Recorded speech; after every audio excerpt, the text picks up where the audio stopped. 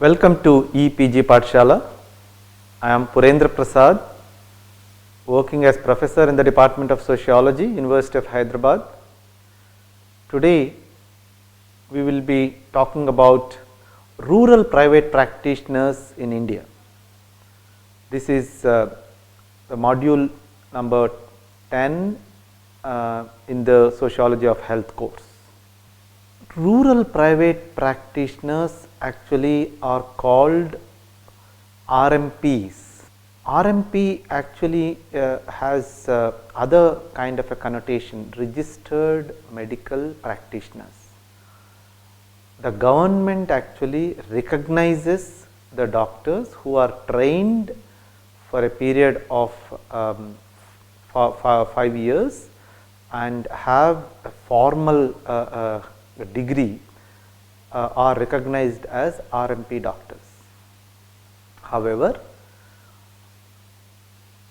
in the Indian context, RMP is also used in a colloquial sense, that these are the doctors with formal or informal kind of a training that they received. When we say formal medical training, it need not be only allopathic medicine. There are several of them who are qualified Ayurvedic doctors, Unani doctors, homeopathy doctors, but practice allopathy in rural areas. So, there is a wide range of rural private practitioners in the Indian context. And why is it that we find rural private practitioners in India, despite the fact that we have primary health centers in rural area, sub-centers run by the paramedical staff, you have Anganwadi workers, ASHA workers, you have community health volunteers, multi-purpose health workers. So, when there is a whole lot of trained medical personnel in rural India, why is it that rural private practitioners exist? In answering this question, I think we need to go back saying that the very concept of public health care in India actually as a public good emerged immediately after independence. Government of India, based on Sir John Boer Committee recommendations, implemented primary health centers, sub-centers, community health centers and the district and state tertiary hospitals across the country. However, these trained medical personnel who are supposed to cater to the needs of the rural population have not been able to provide the services that is required for the entire mass of people in India. Therefore, in order to supplement the government health cadre, private health care practitioners actually emerged. Of course, before independence also there were private practitioners. After independence, the private practitioners, largely the allopathic trained doctors emerged in the early decade, while in rural areas there were traditional practitioners who are either qualified or not qualified, but practicing either at home or dispensing in a small kind of a clinic, etc. But by 1970s, when the euphoria that government healthcare system will be able to provide services to all the citizens of this country actually failed or had limitations, then the private practitioners actually became rampant. So, in 1971, as Newman and others say that there are different regulatory systems in India in terms of, or different classificatory systems in terms of categorizing the practitioners. One set of doctors who are formally trained MBBS doctors with 5 years of their degree and further specialization, they actually they register under Indian Medical Council, and therefore they are formal trained doctors. Second set of categories who are called traditional practitioners, who also enroll with the government and they are allowed to practice. Third set of people who are called enlisted practitioners, who are supposed to be the RMPs, who qualify in terms of their degree or diploma for 2 years and adequate number of years of hands-on experience as a doctor, then they are actually given the permission to practice medicine. But these 3 categories is something that is a very formal and legal framework. However, lot of empirical studies conducted in late 70s and early 80s by scholars such as Mark Nichter and others clearly indicate that this is not the classification that you find in rural areas. Rural private practitioners means that anyone who actually have knowledge about practicing medicine are able to set up their own clinics in rural India and have been actually going about their work. So, if you look at the formally trained Ayurvedic and Unani and homeopathy and other alternative medical systems who have set up their own clinic but practice allopathy, this is based on their hands-on experience in one of the small nursing home or the clinic. So, it is some kind of apprenticeship in terms of working for some time and then setting up their own clinic. Second set of people who also actually work with not formally qualified practitioners, but they also based on their experience they come back and set up the clinics. There are compounders, pharmacists and other kind of cadre of health personnel working in different private clinics actually with very little knowledge also try to establish a private clinic in rural India.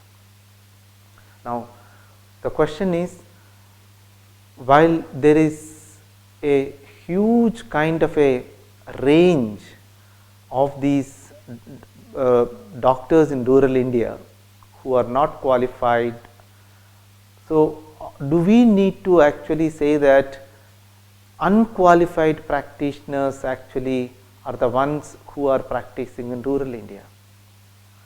Yes, Rode and Vishwanathan study, Mark Nichter study does indicate that it is a large majority of unqualified private practitioners who are actually practicing in rural India.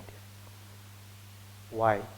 Why do people actually approach these not qualified practitioners when there are qualified practitioners both in government and also in the private sector in urban areas?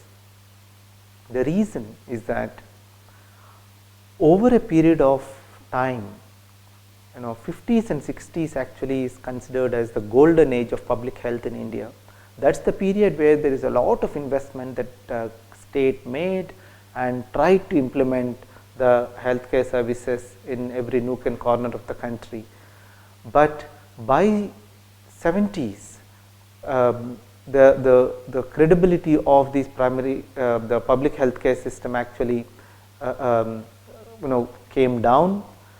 The state started actually also withdrawing its resources and its commitment towards the public health the way it visualized in the early 50s and 60s. So it started encouraging the private practitioners in different regions and different areas in the states. And therefore, on the one hand, you have public healthcare which is not a reliable and stable kind of a healthcare system. On the other, you have qualified medical practitioners working in private sector, but none of them actually want to locate themselves and practice in rural areas. As a result, there is a huge void in rural areas. Neither the government healthcare system is effective, nor the qualified private practitioners are willing to actually provide services.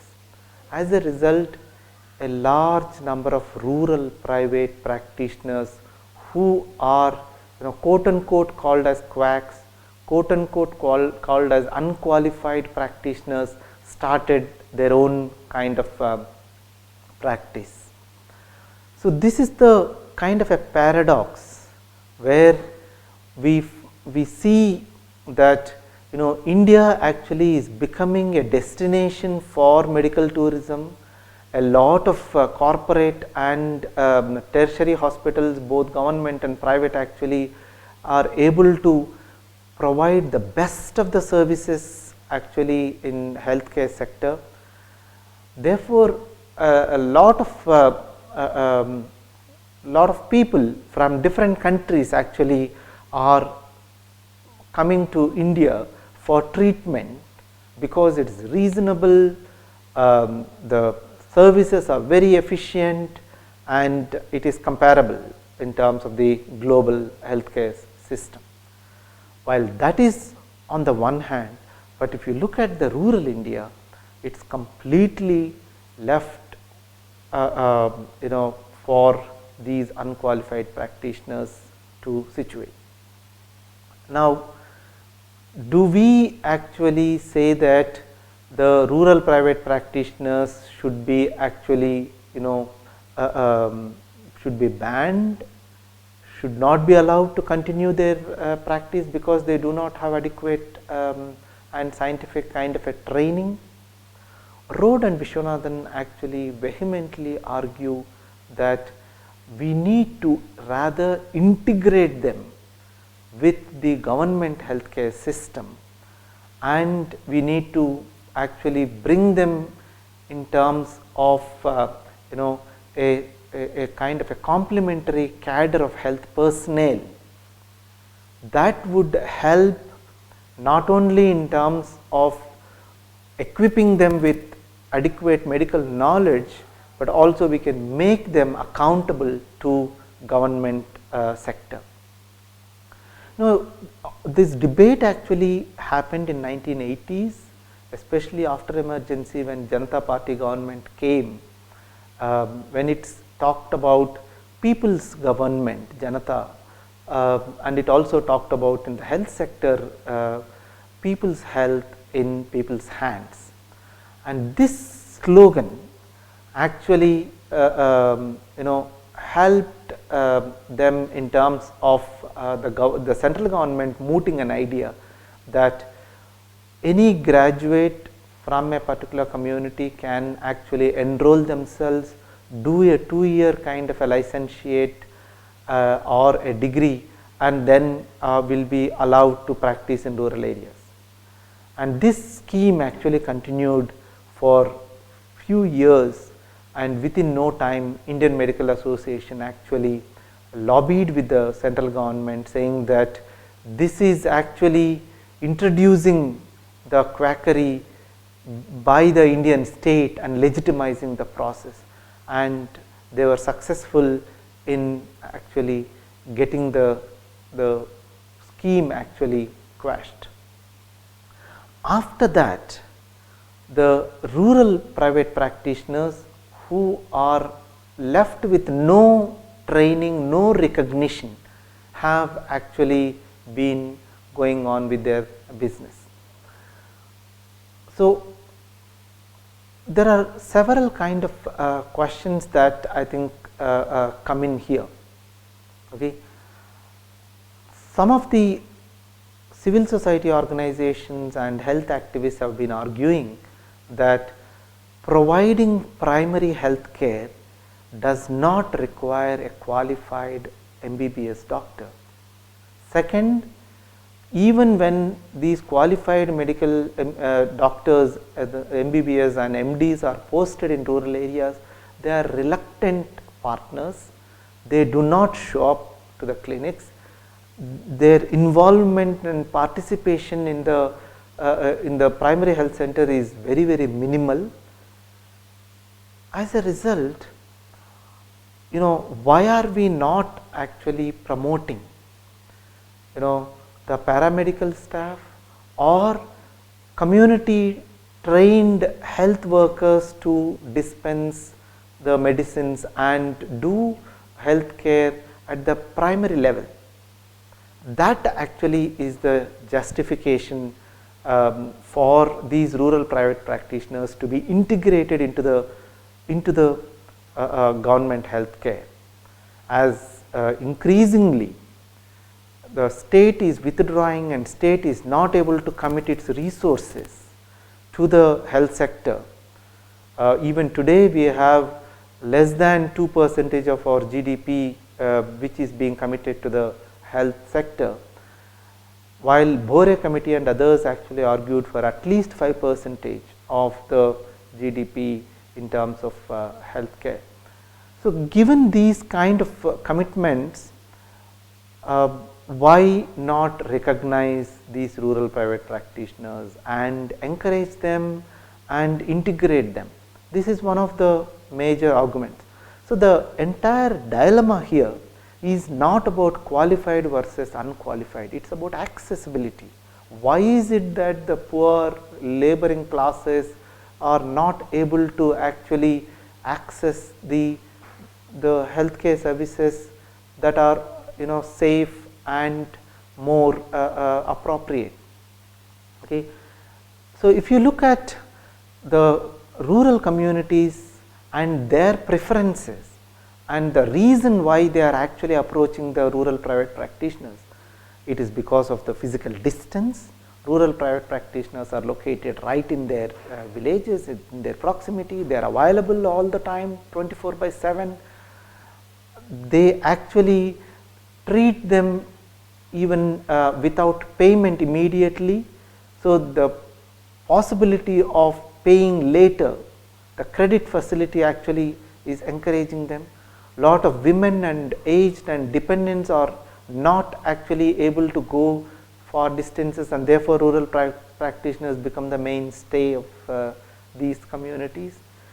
And they also feel that because rural private practitioners give injection medicine, which is the first level of treatment, so it gives quick relief. So, the assumption of the rural communities is that it provides quick relief, they are available and they do not actually ask for money immediately, and it is something that they can fall back without much of discomfort in terms of language or the dress and other set of behaviors. So, these are some of the reasons why rural private practitioners actually exist in India.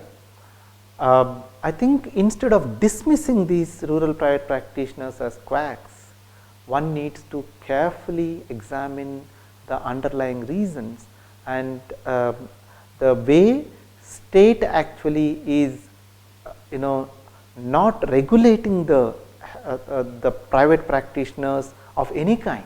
it's not only rural private practitioners, even in urban areas, the nursing homes and the corporate hospitals actually are outside the regulatory kind of mechanisms. So, when it comes to the question of accountability, when it comes to the question of unethical practices, it is actually prevalent across the private sector. So, state actually is loosening up its kind of responsibility in regulating the private healthcare practitioners, because it does not actually affect its own class interests.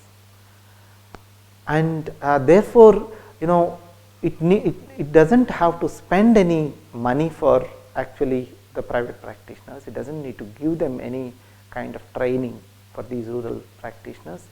So, it is allowing these kind of practices to go on for several decades. So, as sociologists, we need to understand why people actually approach, access certain kind of practitioners, although they are not qualified. When several anthropologists and sociologists asked these communities, how do they actually classify these practitioners? Is it based on their formal qualification in terms of MBBS, MD? They all responded saying that no, it is about relief, it is about our perception of efficient treatment. So, it does not matter who is actually a qualified and who is not a qualified practitioner. What is important is to provide treatment immediately at their doorstep.